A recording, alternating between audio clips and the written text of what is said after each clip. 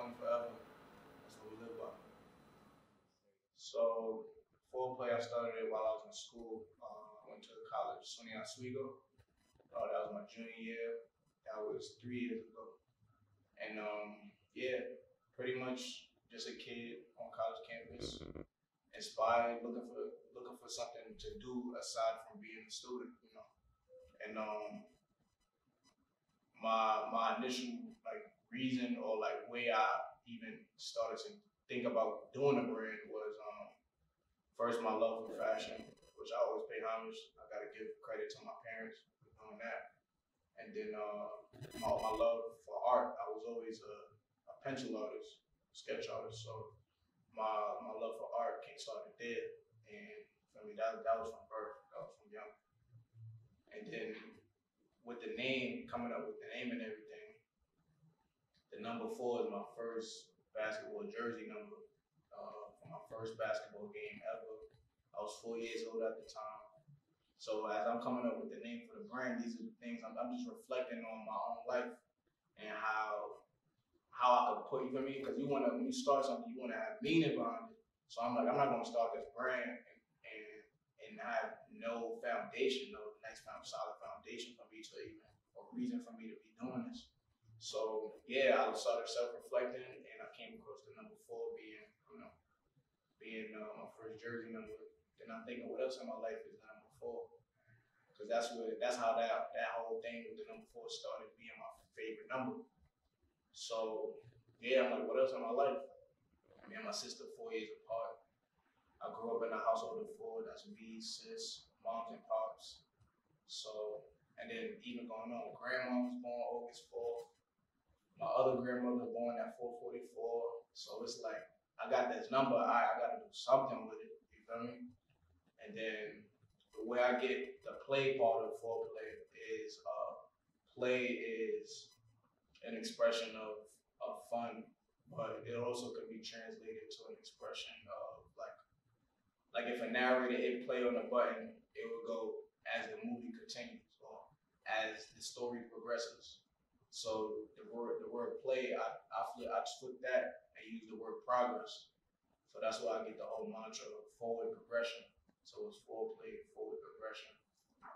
And then it, and that I initially thought of that because I tried to think about when I was playing basketball. I ain't gonna lie, I wasn't like the best basketball player. I held my own and I always worked hard. So when you able to do that with work ethic, you can apply that to anything. So I was like, all right, how can I put forth this message of hard work in the brand and the word progress came to me. So with Fourplay, I'm like, all right, when I break it down to people, Fourplay it's all about moving forward, about progressing. Because at the end of the day, if you're not progressing, you're not doing you're just not doing what you're supposed to be doing. So, hey. Mm-hmm. Now, I already knew about your work with the graphic design and sketching, but I didn't know that your parents were into fashion at first. I don't know if you mind delving into that a little bit more. So yeah, being that by way of when I say my parents went into fashion, not necessarily like they made clothes or anything like that, but they were just always on the latest fashion, you know. So and that's from me growing up, and that's from when I look at their pictures from back in the days. You know, they just had everything the latest. I mean, no matter what it was, from the 90s, the 80s, even on the 70s, like they just was always on it. And man, I could talk about the pieces. I could talk about my pops looking at his photo albums. He had the Coca-Cola rugby on, like pieces like that. Like my moms and pops with the Coogee sweaters, skate key days, like good denims on, like everything. Like just from me paying attention, that's how I started to develop my love for it. And you feel me? They dressed me up, and for me at the times it was the Fat Farms, good Tommy Hilfigers, Coogies. Like they put me in the right pieces, and I just paid attention. You know, as a toddler, you either choose to care about your clothes or you don't. And I was just one of those kids that I knew like I saw how they valued their clothes and how they moved. So it was only by way for me being the firstborn to adapt that same swagger that they have. So yeah, like you said, you adopt a lot of habits. So at what age would you say that you had creative interests in general? alright, so From starting from like either your first sketch, whatever. yeah, like, that's what I was thinking. That's what I'm thinking. First sketch, funny. My mom's. It probably was like high school when I even found the sketch. My mom, she laminated my first sketch ever.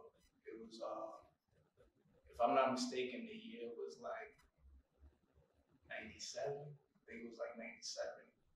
So that means I was about two. It might not been 97. It might have been actually like 98. I'd probably say I was about 3 years old because it was like a what you call it daycare type of school, like preschool. It was around that time. So, but yeah, the page it was just a bunch of circles on it, like a bunch of circles, like all over scribbled on the page, a bunch of circles. Right. And she kept it. So you feel me? Once you feel me, me being in high school, looking through the photo albums and all that, and seeing that, it was like that. Like this was here for me, like, you know. So when you feel me, cause it's funny, like I've always drawn all my life. Like you feel me, I still got sketches from first grade. Oh, I got all that type of stuff. But you never really know how much it means to you until you actually using it and applying it to your life. So I mean, in high school is when I really found out like I want to be a creative, you know. Right. So in high school, is that when you started with the graphic design illustrations? Nah, high school I started to really focus on like my pencil game. So like when I went to two high schools. I went to Rice High School in Harlem for my freshman and sophomore years, 09 and 2010. And then junior year, I went to Iowa Prep, which is up in New Rochelle.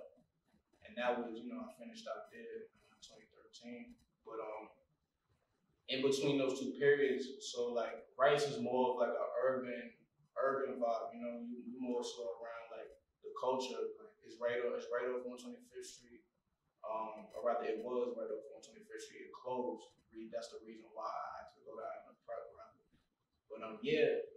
Like you feel me? That was a school known for basketball in the area. So like my influences around that time, like fed into my drawing. So I would be drawing like basketball players. I would be drawing. You feel me? I drew Kemba. I drew myself when we used to play freshman for the freshman and JV team. I drew my portraits like from the court. Like I was like, I wanted to, you feel me? Because you always like picture yourself being blown up in a magazine. I mean, you see a VC in the magazine dunking on somebody on the Slam mag or something. Like I was like, yo, I want to draw myself. Like, so I used to draw my pictures and stuff like that. And then like just my peers in the school and all that caught on to it. They like, oh, you went to art, so they saw another asset, another facet of me, you know. And then when I went to Iowa Prep, it was more, you feel me? It was more Caucasian kids, more wealthier families, and like basically the grass was much greener. But me being able to see both perspectives or both lifestyles, I was able to like adhere and appreciate different values from each side. And so like, not to say I was always a respectful kid, but like being at Iona Prep, you see how much more presentation matters. You know, we wore blazers to class, and you feel me? It was way more strict than rec. Both them being Catholic schools, but it was like that school was just much more strict as far as like expectation. So even academically, like it was just a different vibe, and it was nothing to like take a joke about, you know. So were you introducing yourself like to the students at both schools as, you know, I illustrate, I do this, I do that? Nah, bro. It's funny when I even introduce myself, I don't even tell people what I do. It's just like, right. You feel me? I don't like to. I never was the type to force myself into a crowd. So it's either you like me or you don't, kind of, you know. And a lot of people, they'll see what I do, and then they quickly like, oh, I don't know. I was kind of like, I guess you could say I was the cool kid, but I played my role. You know, I never I never tried to be out there and everything. It was just like something that kind of even from I feel like it was probably all throughout school. I was just like the kid that was well known, you know, but not like the kid that was like flamboyantly trying to be in people's face. Right. It was just the way I carried myself. It was respectable, you know. Mm-hmm. So I want to say for sure, like, because when I started graphic design in college, and I think I missed that on the last question, where like my pencil game really developed through high school, and I started to really focus on portraiture work, you know.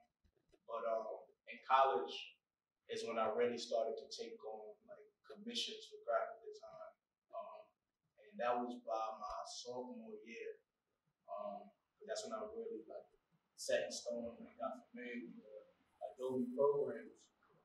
But how it translated, I want to say the commissions actually gave me doing commissions, which I still do today. It gave me a sense of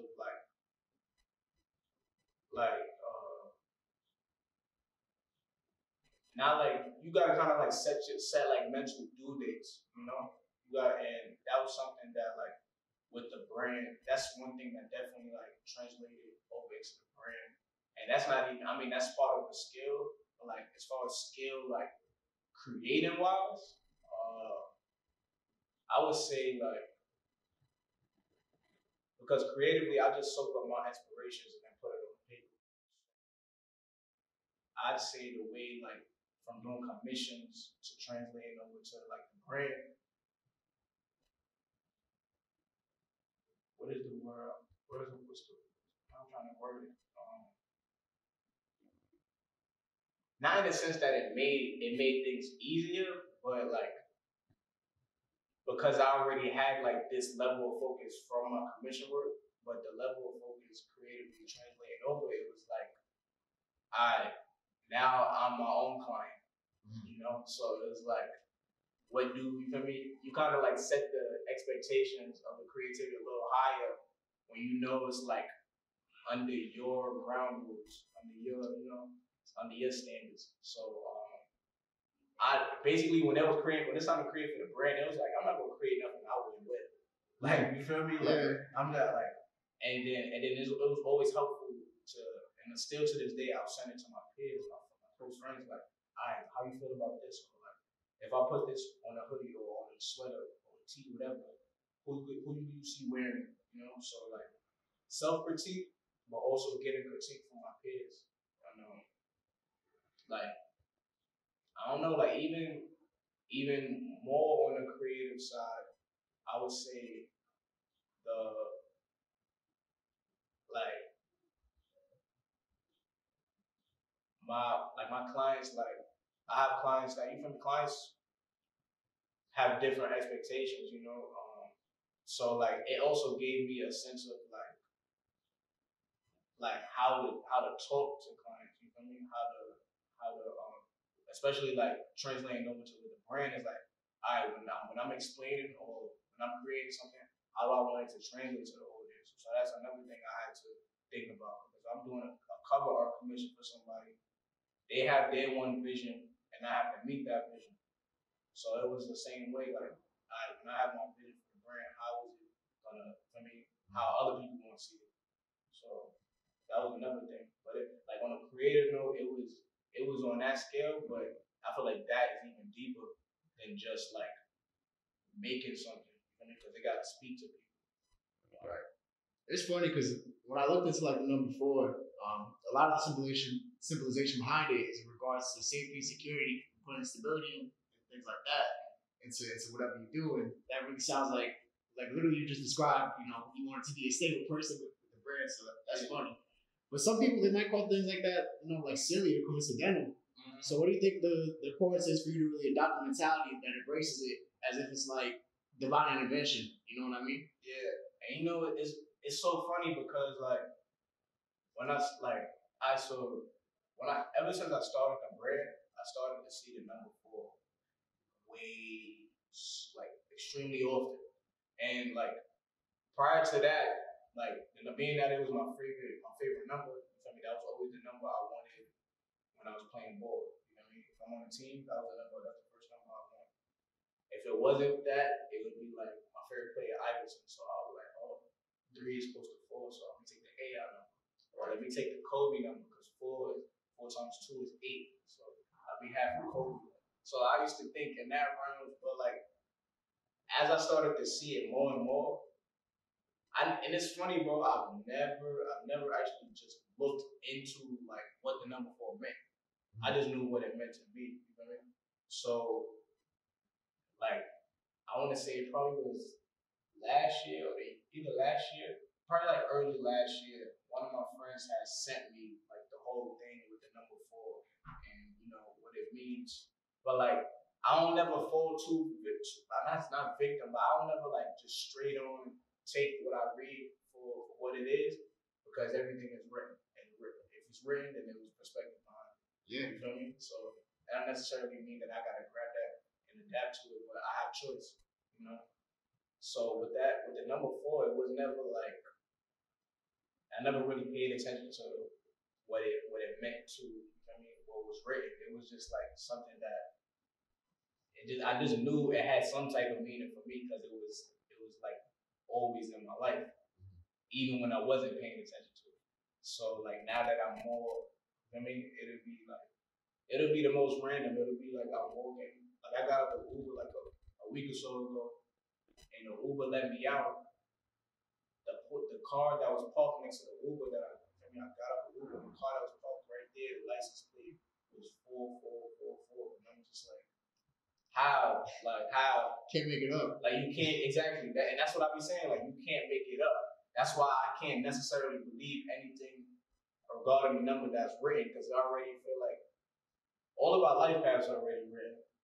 So who am I to believe anything else that may interfere with that? So it's like I don't know, bro. It's just my number. Like it's just here for me. So I can't really pinpoint like. It's funny, I just can't really pinpoint its significance, but I just know like when I see it, like it gives me like it gives me more security. Like it gives me that sense of security, or it gives me like I don't know, bro. And I guess that can also relate to that message where like people say the 444 is like the angels are protecting you, the angels are guiding you along the path. Like let go of your worries. Just have faith, So that's a deep question. Because not to say that I've never thought about like a specific answer to that, but like I know for sure, like always growing up, not that I took pride in where I'm from, because where I claim I'm from is Edenwood, and that's part of the Bronx. That's an area in the Bronx, one of the largest project houses complexes in the Bronx, and like not to like that wasn't my first ever crib per se. My first ever crib was in Parkchester, but I moved to Edenwood, and even when I was in Parkchester, most of my family lived in Edenwood, so that's where I hung out at. That's where my sandbox friends. That's where they all. You feel me? That's where we use them. So, but like paying attention to that, or even the bit of time I spent in Brooklyn over at my grandfather's, or the bit of time I spent living up in Mount Vernon, and then like just all of that at one. Even the time like in high school where I'm going to middle school and high school, I'm going to school in Harlem. So like the way all of that like influenced me, I feel like when they say New York is a melting pot, I feel like that perfectly describes who I am. Like I dibble and dabble into anything I find like the smallest interest in, just so I can know. I mean, just so I can know. I might not pursue it, but I just want to know. So like, hey, I used to repaint my kicks. I got lazy now, but I used to repaint my kicks. I used to So like I'm a big advocate. Another reason even for the brand is video games. Like that's a huge part of my life. So I dabbled in the video games. I dabbled in basketball. I dabbled in the arts. I used I can't say I used to, but like because I just played a role as a boyfriend in a music video. But like I dabbled in the acting, modeling as a kid. So like, and now I'm a graphic designer. So I dabble into everything that that's around me and see what I can get out of it. I mean, because at the end of the day, we need to try things. And hey, you got to try as much things before your time is up. Yes, seriously, man. It's like even photography, video. Like my scene is funny. So like I did graphic design. I took up graphic design, and while I did that, I was like, all right, let me pick up a public relations major. It was a double major. I double majored, by the way, graphic design, public relations, double major. And I picked that up because I never was like an outspoken type of person. I'm still not, but I always wanted to know like what does it take to start a conversation or build upon a conversation, and how do you make your presence felt through conversation. So that was something for sure that I felt like I could pick up taking the PR and marketing type of courses, and it just played right in the hands of what I needed for the brand. So like with the graphic design and the public relations marketing background, it was like that perfect blend. It only made sense for me to create a brand. You know what I mean? So and then as far as like even like you know what I mean, those influences, even growing up, the influences of wherever I was at. I mentioned the different areas of the Bronx. I mentioned Mount Vernon. I mentioned home in Brooklyn. Me paying attention to the fashion in all those places. You feel me? Oh, I ain't even mentioned that I'm a dancer as well. So like I just always just like one of those creative kids. So and I just wasn't scared to try anything. The only thing as a kid I used to really fear was like flipping and stuff like that. But I mean, I did give it a shot. I can never admit that like I was like, oh, let's flip or nothing like that. But like, I definitely did give it a shot. But like I just paid attention to where I was at and how people wore certain clothes. Like the whole era, like my favorite era in New York fashion, but I feel like I paid the most, or rather I soaked up the most like influence was that era of the Air Hardys, the antique denims, the True Religion denims, like the first start of True Religion denims, the A Solos, like all that, like the Polo Rugbies, the Fitteds, like. And it's granted, I ain't even have all of that, but I ain't gonna lie, my parents made sure I was right, bro. Like my parents really made sure I was right.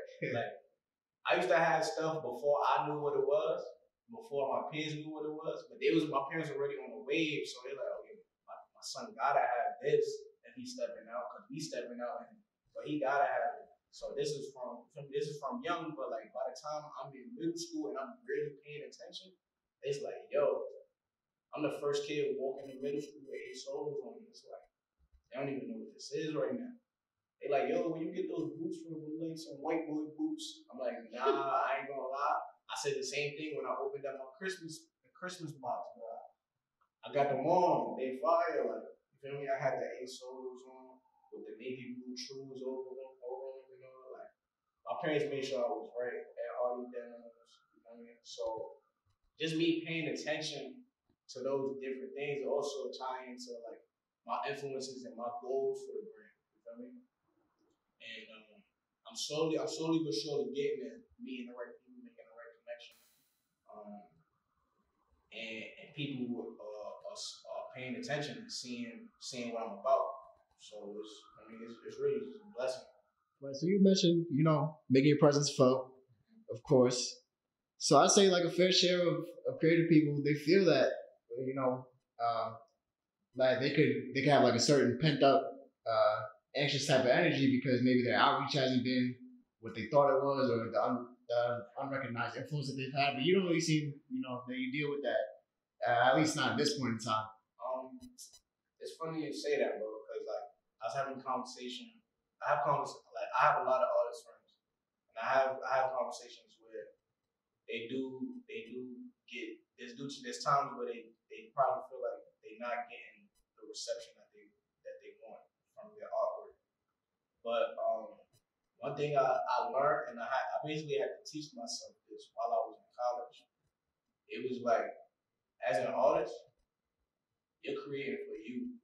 You're creating for yourself. You're not like you owe yourself all the love and affection to your craft because at the end of the day, you making it for you, and that's how you, and that's also how I had to learn to separate my own work from client work because doing work for a client, you're trying to create something that they love, but when you're doing work for yourself, you're trying to create something that you love, and ultimately creating is what you love to do. So whether you get the outreach or you don't, you feel me? At least you did it. That's what you're doing. It is what you owe yourself. Just getting it out there is what you owe yourself. And that was another thing. Like I'll tell people, I don't care if you buy a garment from me ever in your life. I don't care. Like in my mind, as long as I put it out there, job complete. You feel me? The money, the appraisal, you feel me? All of that, the recognition, all of that is the plus. All of that is the plus. But me just doing it that's the job that I should be worried about. You feel me? And but yeah, I have a lot of artist friends that I speak to about that because they get reluctant. Like I'm not getting that reception or that my audience is not gaining, not engaging in what I'm doing. Hey, if you really looking for an audience, then you're not doing what you love.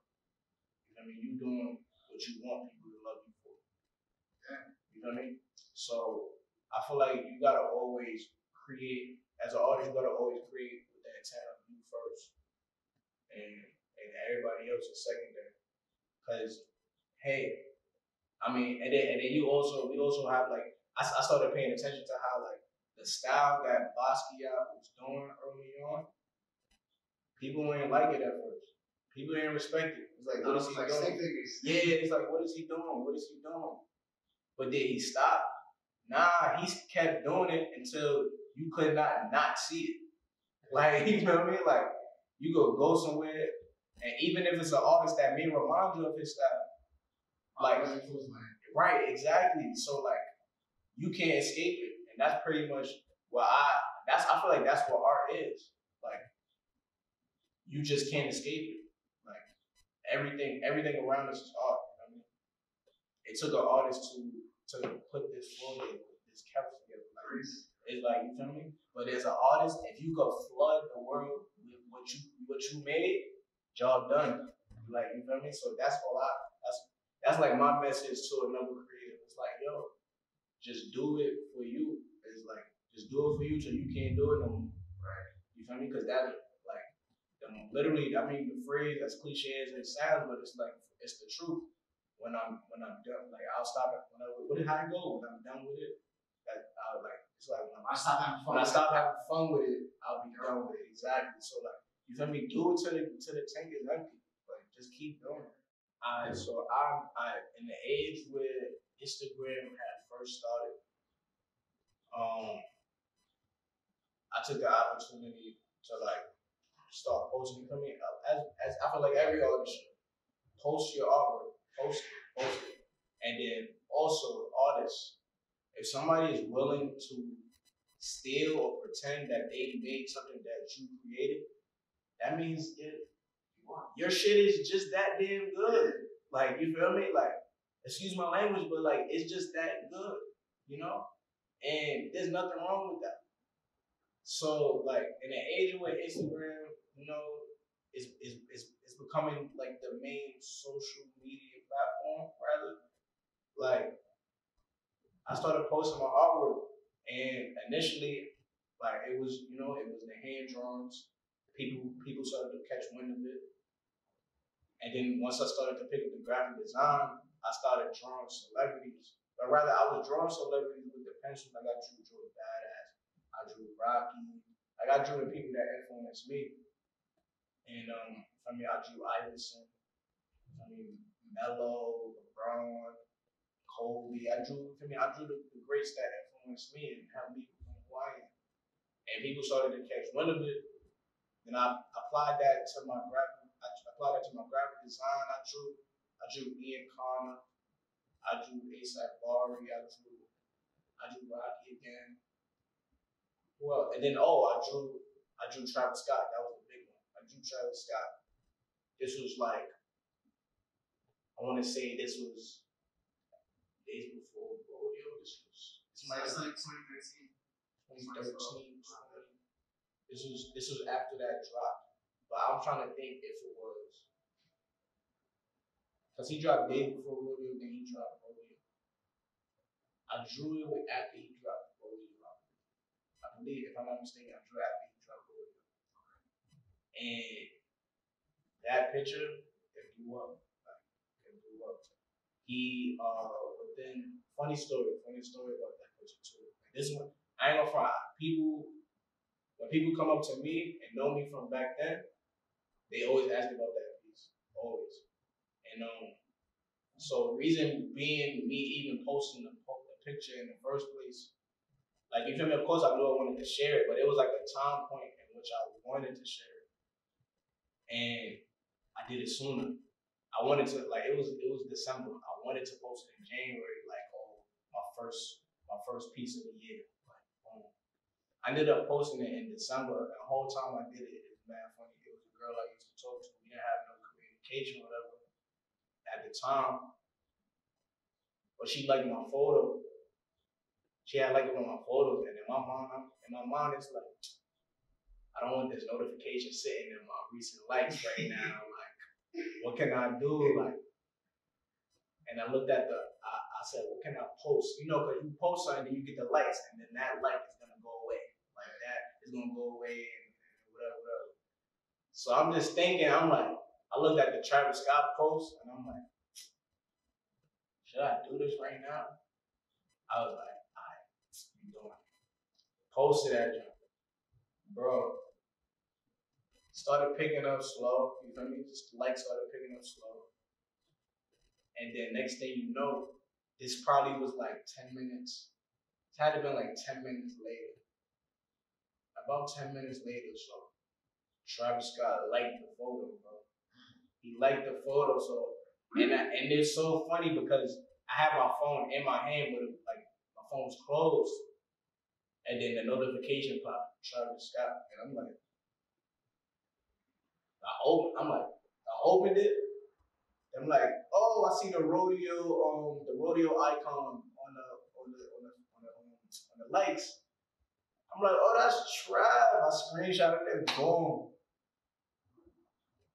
That joint started flooding, bro. After he liked it, the floodgates opened. It ended up reaching over the course. To this day, I ain't gonna lie, I archived the photo, but to this day, it's sitting at like it's over 2,000 likes, and that was my first time, like, you feel me? Like, yeah, getting that much attention off just one piece. Before I was getting like 100, 200, 200 likes, 100, 200 likes. But that one hit 2K, and I was like, whoa, like whoa, what's this? And I paid. I guess it was just my influence. The way I drew it, it was like how I drew it based on how the like rodeo and days before rodeo made me feel. You feel me? And after I had been to one of his shows, all of that tied into what inspired me to draw the way I drew it. So, you feel me? From then on, I started to notice like the different perception. I noticed the potential of Instagram that I had on Instagram, and then I noticed like the different like perceptions that people had on my artwork. People wasn't commenting on my artwork as much. You feel me? And so once I saw that, it was like, people looking at it this way. This how I'm gonna apply. This how I'm gonna attack it now. And I started, you feel me? A lot of people say, "Oh, can you put this on a shirt?" I ended up not putting it on the shirt. I ain't gonna lie, but I made one, but I was like, nah, we not do that. I don't want to go down that route.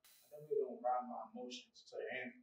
I definitely do I take it all day by day, and my favorite word is patience. Like that's my favorite word over everything else. And I take pride in the amount of patience I have as an individual, and I just try to put forth that to my work ethic, because nothing gets done the right way when it's rushed. You know what I mean? And if you like, it's so good, and that's a good thing. That's a thing with an artist. It's okay to ride your emotions. It's okay because you know what I mean, that'll lead to the next creation. But as far as like with clothes, I feel like I can't do that all the time.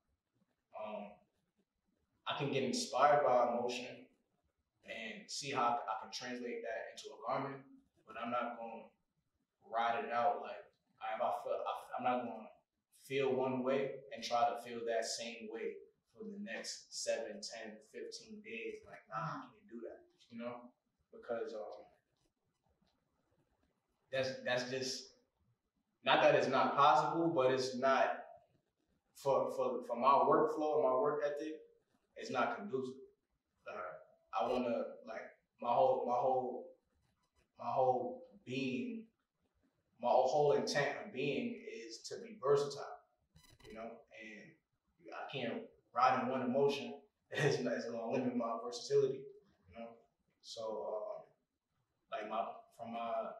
I guess you could even say like from the way I'm dressed, like it's like you might feel a little bit of 80s, 90s vibe. You feel me? But I do the flannel over, then I got the bucket. Like it's a whole bunch of different like feels, but it somehow meshes together nicely. So that's what I try to bring versatility, and I guess that even shows in the different things I'm able to do. If I were to say with the brand, definitely bumps in the road with the brand. And also I guess because when I started the brand, I didn't know what I was getting myself into, but I knew I had a passion for creating and fashion. So my whole thing, I just looked at it as another art piece. You know what I mean? Like, but then I started to, me being a college student, this is where the kicking ass, like, you feel me, the bump in the road or the kicking ass comes in. It's like how, like, me investing my bread into a brand as a college student, it sounds fun, but now like you gotta really not force market yourself, but you gotta get yourself out there. Like you have to. And this is where anything on the market or anything that any message somebody's trying to relate to, like the whole thing in life is convincing other people. Like, and it's either you can forcibly convince them or you can let it flow naturally. And that's one thing I had to really pay attention to as far as like trying to get people to see what I see with the brand and buy into it, buy into the brand, want to wear a t-shirt, want to wear a sweater. And I would say like with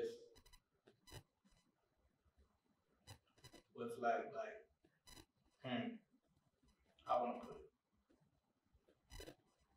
Basically, like when it came to like, cause I started with t-shirts, man. You feel me? Everybody had the humble start. I mean, college student, I didn't have much of a budget, so I said, hey, I'm gonna do some t-shirts and see how people react to it. And as far as the campus reacted to it well. But then, like the moment I graduated, it was like, this is where the pivotal moment was. It was like, do I wanna go get a job, or do I wanna take the risk for these next like 3 or so years and see where I could put the brand? You feel me? See where I could get it to. And I mean, like it was no like like it was a tough decision and a pivotal moment. But like my heart was like, yo, we gotta foreplay. Like we got business to do over here. Like them people over there, they're already making their money. I mean, I feel like getting a job, as cliche as weird as it may sound, I feel like that's the easy route because you can get a job anytime. I'm confident that like my resume, my portfolio shows that, oh yeah, we need this kid. Right? So I was like, I feel like in this moment, I need me more than they need me because I'm trying to be where those companies are. You feel me? So like right now, I'm taking the hit. You feel me? I take sacrifices to where like I'm giving away clothes to make sure like it's seen at this event or that event, or you feel me? It's seen in the moment that we all been waiting for type of thing. You know, so sacrifices like that is because it's just a risk I'm willing to take to get my art, my message, my story out there. You feel me? And like I said, it's literally all about convincing people like you're cool, like or like what you're doing is cool, like I don't like you could like I forgot who I broke this down to, but I was like you could have like the ASAP Rocky approach to things, to where like you come in, you feel me, you do clothes or you rap or you feel me, you do some type of artist, and you letting it be known like, yo, look, I'm the person you gotta look at, like that's me, like it's the person, you feel me, I'm saying it, so you better believe it, you feel me. That's the kind of bravado he had when he came in the game. But then you could have like a Jay-Z approach to where like, nah, you just gonna see how I'm move, like you just gonna see. And if you don't believe it, ask the other 100,000 people that's believe it.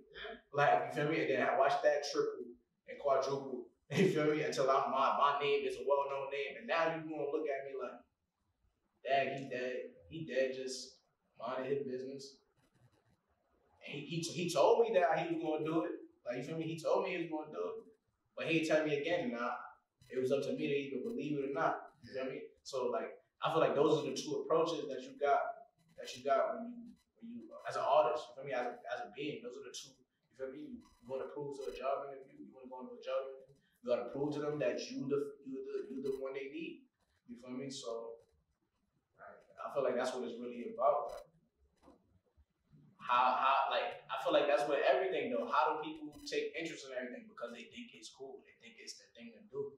Right. You feel me? They feel like it relates to them.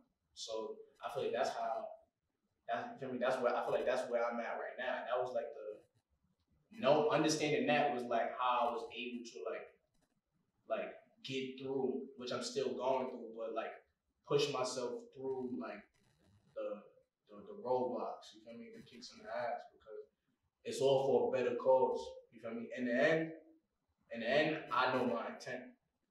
And I know my intent always come from a positive and pure perspective.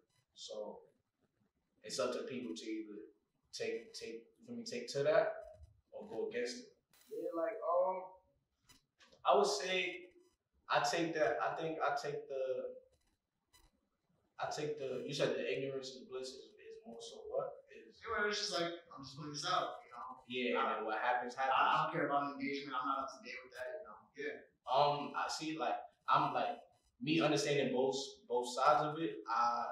I'm able to like I said, I'll take a bit from both, a bit of value from both, and so like there are days where I'm worried. I'm not worried, but I like in my mind it's like, yo, I gotta get these pieces or I gotta get this placement, but then there's days it's like, man, I know the place, like I know these people will come to me, so let me just keep working. So like perfect example, matter of fact, like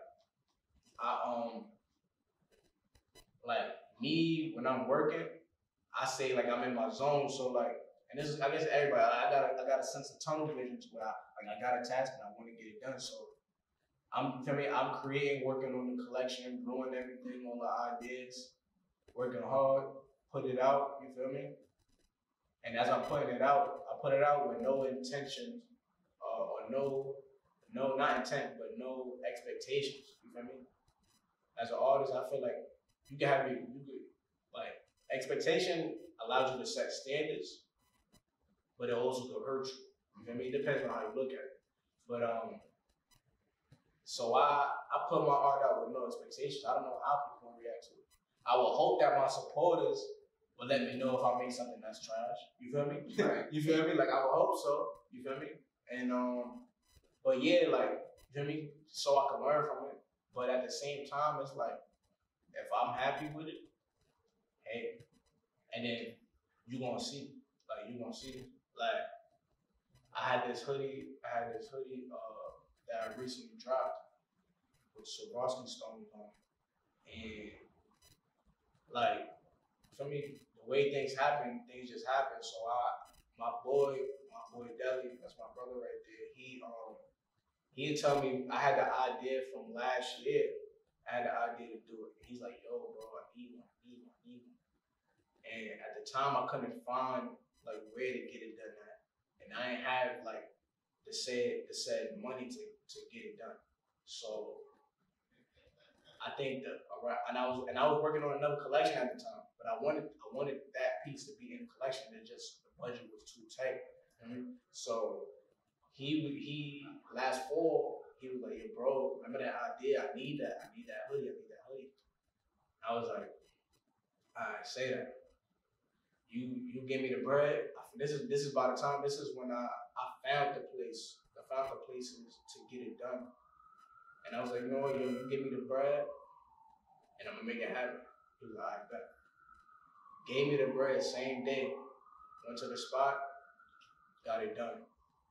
It took like 2 days for them to take the artwork and translate it over into a digitized format for the Swarovski stones. But it got done within like 2 days. The day I come bring it to him, he worked up at B-Files. So I bring it to him at B-Files and he put it on. He's like, nah, this is the place. I mean, he really feeling it. He's like, nah, this is it. The whole time, like, in my mind, is because I had the idea, like, I have an idea in my head for so long, and there'll be a time where, like, man, I'm tired of this. Like, you feel me? For me, in my mind, it's already here. So it's like, man, it's like, I'm already working on trying to create the next thing. Like, because I got that in the stash, I'm already worried about what's next. So he like, nah, this is it. Like, this should be fire.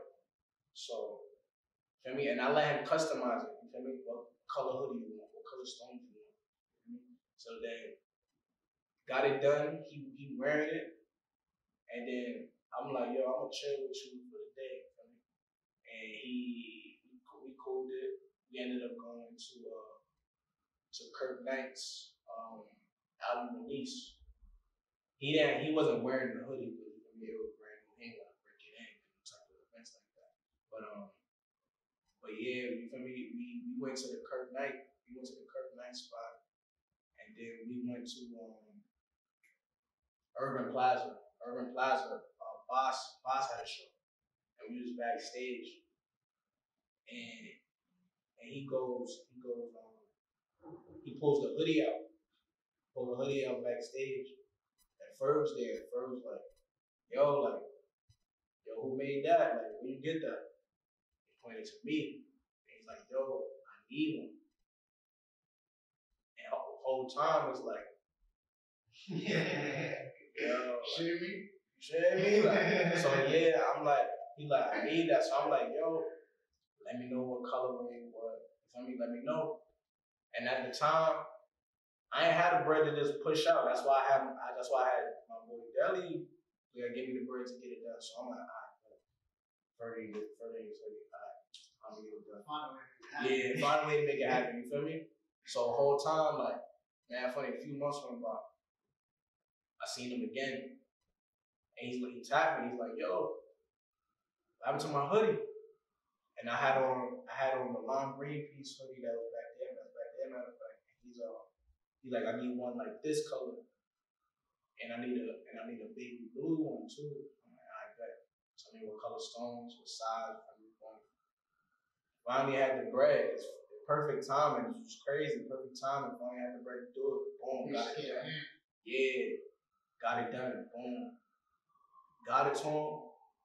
And then when he posted it, like that, and I'll tell my homeboy Deli, like when he wears my stuff, I be like, yo, bro, don't even tag the brand. Just have people naturally like, yo, what's that? What you wearing? You know what I mean? Because people come to his page and they look for that type of stuff. So I'm like, you just have people like just want to know what you got on.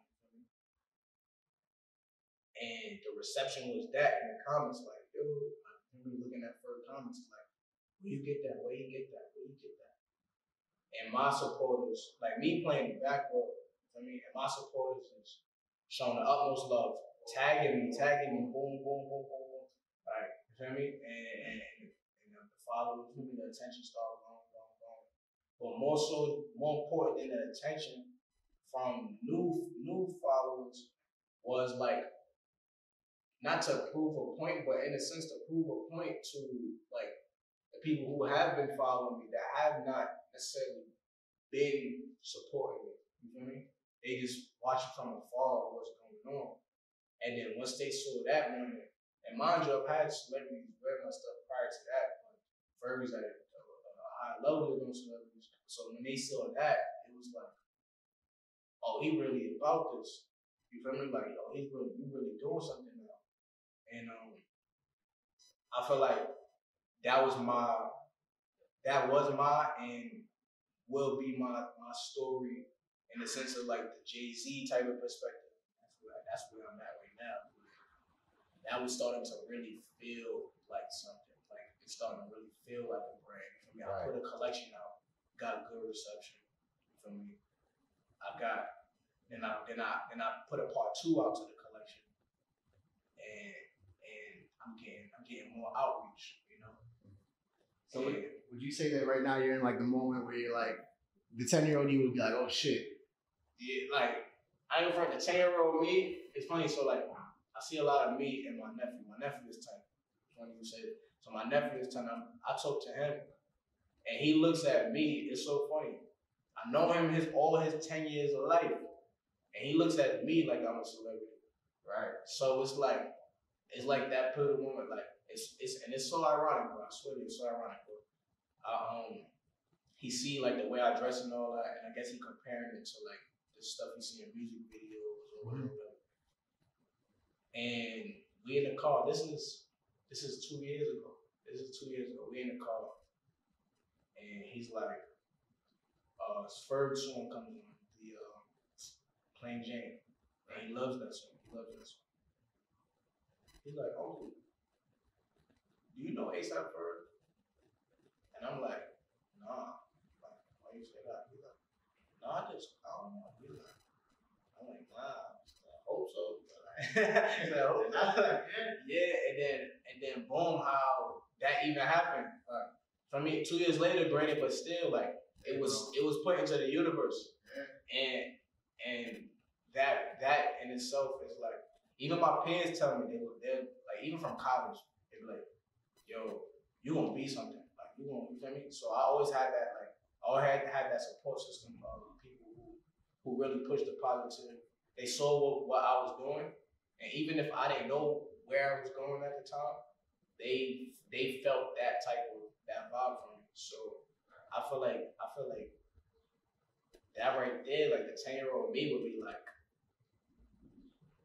who are you? Like you feel me? Like, all right, like, where were you going? Like, like, you feel me? Like, so, and the 10-year-old me I was always laid back. So, but in the moments and stuff like that, like I remember me being that young, and I was backstage at a 50 Cent concert, and even then, it was like I felt like I belonged there. You feel me? So like that was my favorite rapper. And I'm just like, yo, we lit. Like, we back here. Like, you feel me? Like, you feel me? All the shorties in the back, like Snoop Dogg in the back, like, you feel me? Like, so like, and my 10-year-old me at the time was like, oh, we here. Like, so I feel like 10-year-old me is like, oh, this is what you meant. Or this is, you feel me? Or even back, like, when I was 5, I was in Busta Rhymes music video. Like, So even back then, like me being familiar in those type of settings, it's almost like when I'm there now, it's almost like you've been doing this. You've been doing this. But now your presence is felt while you around here. You feel me? So like I'll be walking down the street and people be like, Fourplay. And I'll be like, that's nuts. Yeah, it's like what? Like y'all crazy. Y'all crazy. Like, but I always try to tell people like literally like you stood next to me in these same rooms that for me working or for me whether it was a quiz or a spelling bee or art class or whatever, like we always in these same rooms. The only thing that would make us different is our work ethic and our passion. You know? So like I mean I have friends who look up to me, who look at me like, yo, you a celebrity. I'm like, look, I got 2,000 followers. What are you talking about? Like, stop playing with me. I mean, but they understand and they see like how much I put into my craft. So they, you feel me? They really, all they could see is that I belong up there and what's known like the limelight. You feel me? So, all right. So what's next for the Fourplay, bro? Next. I mean, we can't put too much out there, but like, next for myself, I'm really, let me speak on self. Like, my next step in my path, like I wanna really find a way to impact the youth more with what I'm doing. You feel me? That's like something that I pride myself on because I remember being young and like I used to go to the basketball camps and the players would come back, you feel me, and you feel me, do drills with us or whatever. Or even I remember how Busta Rhymes treated all the kids the day of the video shoot. Like it was all love. Like and out of all the kids, I was the one crying. He gave me $20 to shut up and work. He gave me $20 to shut up and work. But for me, like I just really want to impact the youth and put forth that message that like from young, because as a kid you don't know what you know. You might have an idea what you want to be like, but you don't know. Mm-hmm. So my message to the youth is really just like plant your seeds, and what I mean by that is like me as a youth, I was trying everything. And I look at that as planting my seeds because me trying everything helped me grow to be like what I am now. You feel me? And now I know what I'm good at, what I'm not good at, what I might need help with from someone now. You feel me? And like plant your seeds and pay attention to how much pay attention to how much time put into what you love can do for you. You know what I mean? Right, pay attention to that. What's next for Fourplay? My next mission for Fourplay is to start opening experimenting with denim roots. I've been studying like how different brands came into fashion and how much of an impact they left or still have going. You feel me? From Levi, you feel me? The super classic, the Omega Levi to like I said on the other side of the globe, a Vizu, you feel me? Or I've been looking at like, you feel me? I don't want to put too much out there, but like I've been just soaking up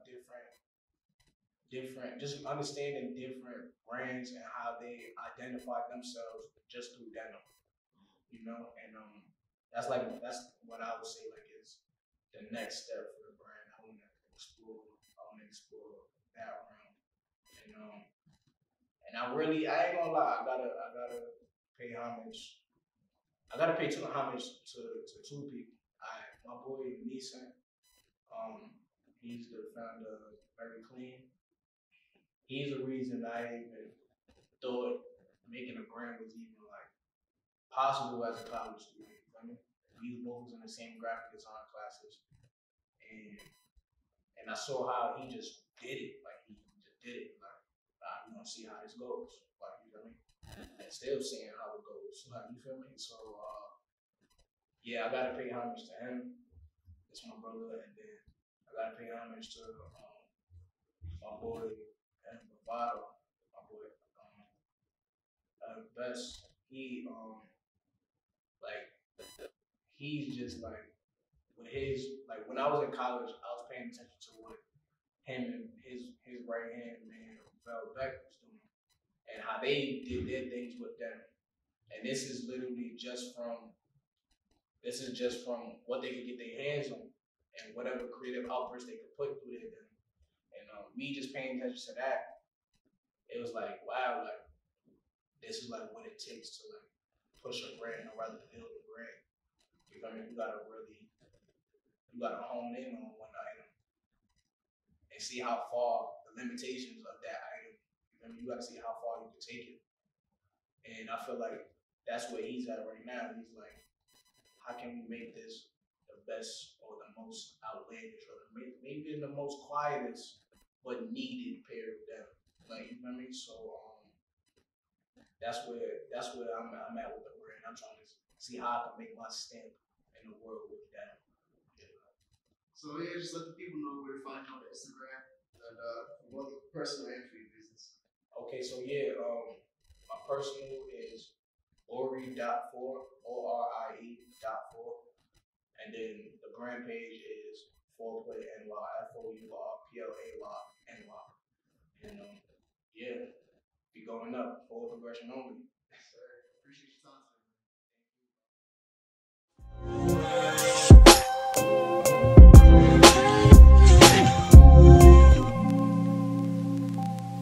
Calls whatever you want. I just make music, you know what I'm saying? I'm not trying to be a bad boy. I'm not trying to be out here, but that's what you want to call me. You know, they call us rebels because we always go against the grain.